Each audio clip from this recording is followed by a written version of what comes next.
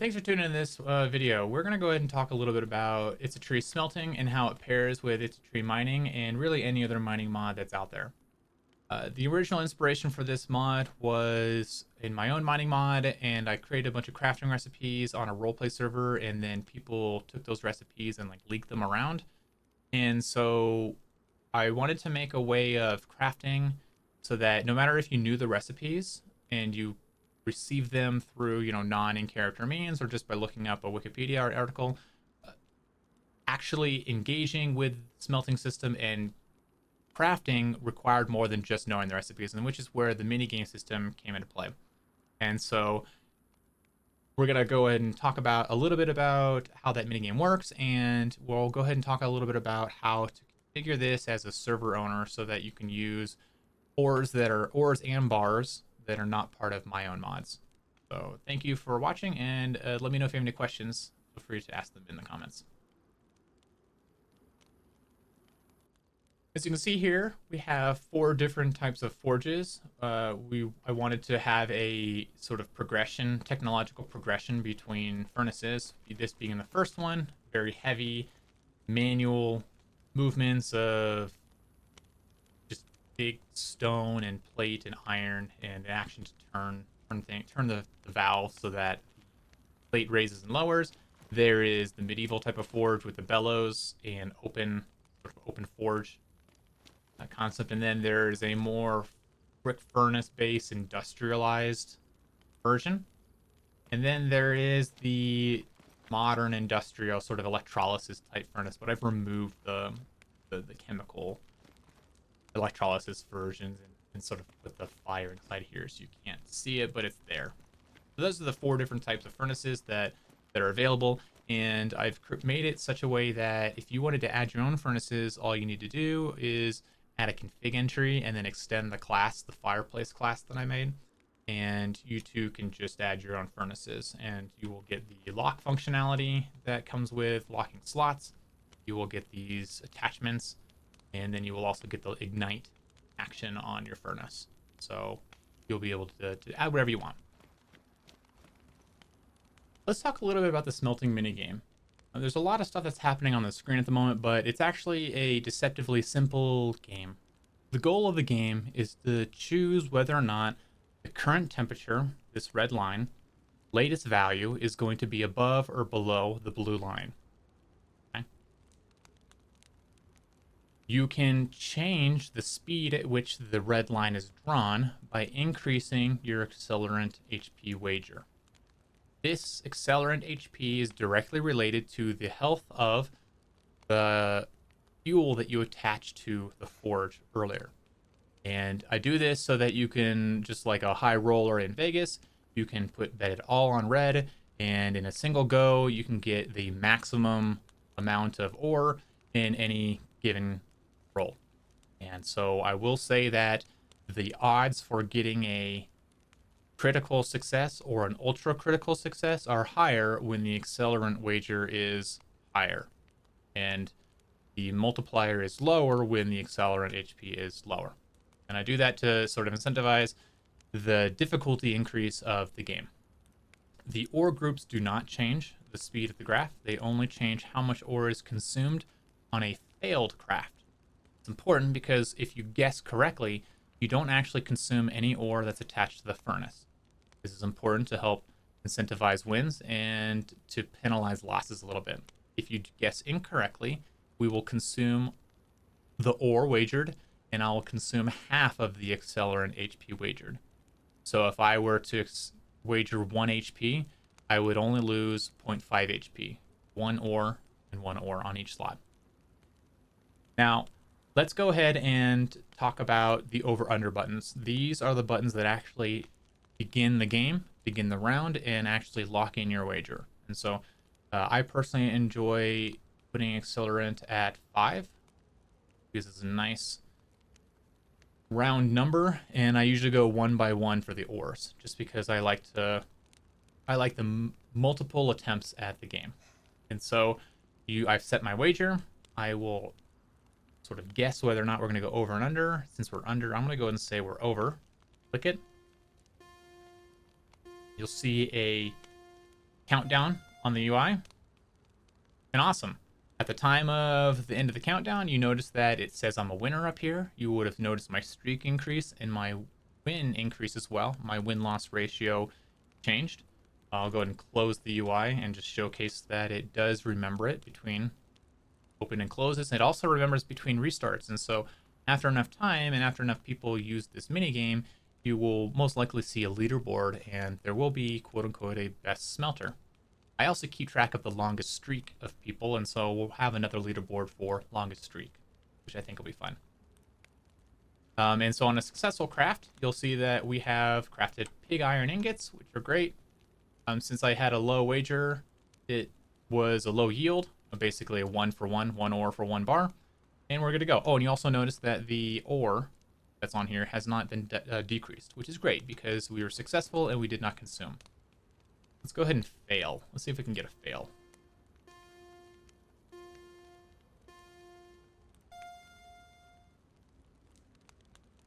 Wow. See, it resets my streak. My losses are increased. My win-loss ratio is decreased.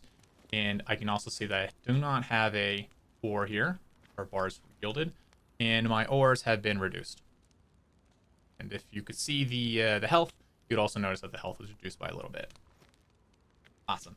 Now, we got the pig iron bars last round because our recipe was correct. We had the correct temperature, we had the correct ores attached, and so what if in the case I have something that's not attached correctly, 2 ores that are not compatible, or I use an accelerant that's not hot enough. Okay, so there's 2 examples of an incorrect recipe. I can use 2 ores that are not compatible, like iron and gold. Or I could use an accelerant for iron that is too cold for it to heat up to actually be pig iron. And so what happens then is I would need to lower the pan to unlock the slots, as you can see. Let me go ahead and gold. Or actually, we'll do tin because I know there's nothing with tin.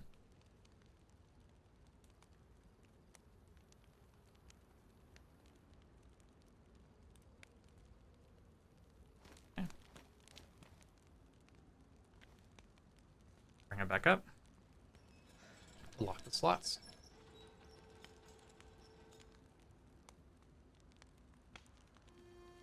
Go ahead and place a wager.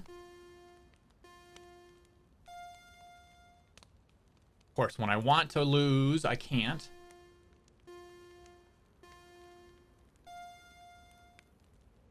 Awesome. Okay, cool.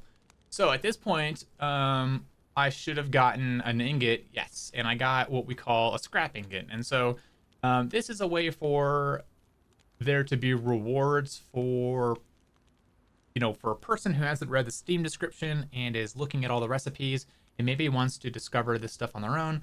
They can kind of triangulate what is needed based on these scrap ingots. And so by getting a scrap ingot yield, I know that I have given something that is too low of a temperature. And since I use coke, I know that I'm using the highest temperature accelerant, so it's not that. It has to be my combination of iron and tin. And so now I can kind of cross off my little matrix of iron plus tin equals nothing. And or maybe server owners can add a recipe that consumes scrap into like building reinforcement material. That's what I'm planning on doing for our server. So that's a little bit about this specific furnace. Let's go ahead and look at one of the other furnaces here.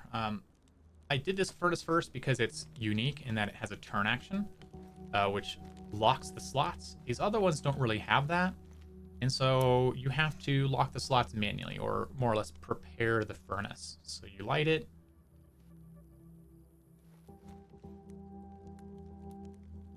Add your ore. Accelerant. Okay. And you notice I can't actually open the minigame like I can here. Start smelting. And so what I need to do is I need to lock the slots. Oh, and I can't do that because I have something on my hands. I thought there was a bug, but it was not. So you can't do it with something on your hands. So I might change that in the future. We'll see. Like and subscribe if you want it to be changed. As you can see, we have slots locked, and now the start smelting box is open. And you can see that my win-loss ratio is saved from the past furnace. And so no matter what furnace you're on, you can always use your same stats. And these are saved on the server side. And so if the server owner wants to set a new season, they just need to wipe the player stats, and it'll clear, and you can start over. And so like this, the game is the same. We've lost, so there's no yield. But when we do get a yield, it'll show up in this little container area. On. Awesome. We did it. And as you can see, scrap ingot. If you notice, I put a charcoal chunk in here. And we have 2 iron ore. And in the past furnace, you would have been like, oh, well, 2 iron together yielded the pig iron. Well, in the case of charcoal, it's not hot enough. It only gets high enough to, the description is wrong, but like 1500 degrees, something like that. And so it's not hot enough to make the steel ingot or the pig iron ingot. And so you get scrap. Again, another way to triangulate your recipes if you're not looking at the workshop. Let's go and light these other ones just so you can see what they look like here.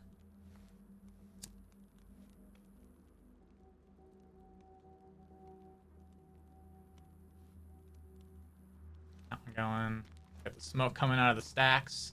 You can tell if a forge is on. I do plan in the future to change the smoke particles based on the fuel that is added, because different fuel accelerants like coke would be very white and wispy smoke, whereas bituminous coal would be thick black smoke like the Rex. And so you could actually tell what kind of metal you're smelting. And then lastly, we have the advanced industrial furnace, which is, I use the fireplace as its base, but it's important to know that it's an advanced smelter capable of getting to very hot.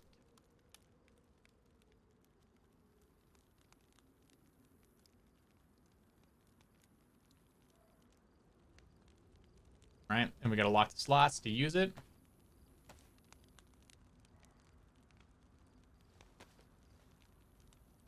And we can start smelting. All right, we're to the point of the video now where if you're a modder, you want to be able to add my slots and accelerant nature, or maybe add your own furnace to your own mining or smelting mod, and or you're a server owner and you want to be able to take a mod that you're using and add the stuff to it so that it can be used by the framework. And so what you'll need to do is first you'll need to understand have like the notion of modding and have a P drive and unpack things. And so there are a bunch of videos that do that for me, and so I'm not going to talk about it. Look up Spurgle's Guide, SPURGLE, on YouTube if you need information about that. But otherwise, I'm going to assume you already know how to make a mod and you know how to pack things up and repack it into your server pack. So the things that you'll need for accelerant. So if I were to look at my mining mod, go to get it here.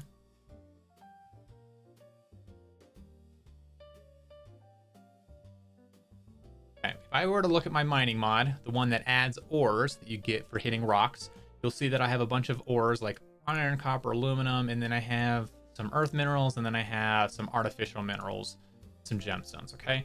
So I would assume other modders that have made their own mining mod have this existing, all right? And so in order to interface with the smelting mod, your fuel needs a few variables or properties. You need to, one, define that as an accelerant with the value 1 meaning true, and that needs a minimum temperature and a maximum temperature. This is for the minigame to know where to draw the lines. You also need the slot to add it to your accelerant, to the accelerant. Okay? And so for me, I have created an override for my own mod because I don't necessarily need these things inside of my mining mod. If a server owner just wants the mining mod and they don't want the smelting, they shouldn't be forced to have this information in there. Okay, and so this is me overriding my own mod. I would expect a modder to do this to their own mod as well if they wanted to use the smelting system. As you can see here, one of my fuels is actually also an ore. In the case of coke, coke plus iron equals steel, and so you need to be able to add it to the raw ore slots as well. Just a specific call out. And then you'll notice that for each of my ores, I am adding it to the raw ore slot. So there's two things you need to do. One for the fuel, one for the ore. Okay, once you have that done, your metal bars are, as you can see, my metal bars are just retextures. You don't need to do anything to a metal bar if you want to use it in my mod. Okay, and let's say you have a furnace that you've created. Okay, and so I have this base class smelting furnace color base, which is basically a fireplace.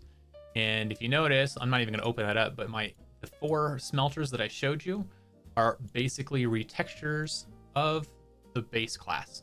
All I'm doing is changing the model and the textures. And then in the basic stone, I've added some animations. Okay? Nothing complex. So if you wanted to add your own furnace, you would make your own model. You'd set up your textures, and then you would define it like this. One thing to note with a furnace or a fireplace, the first selection is expecting to be the coals or the thing that glows when it's lit.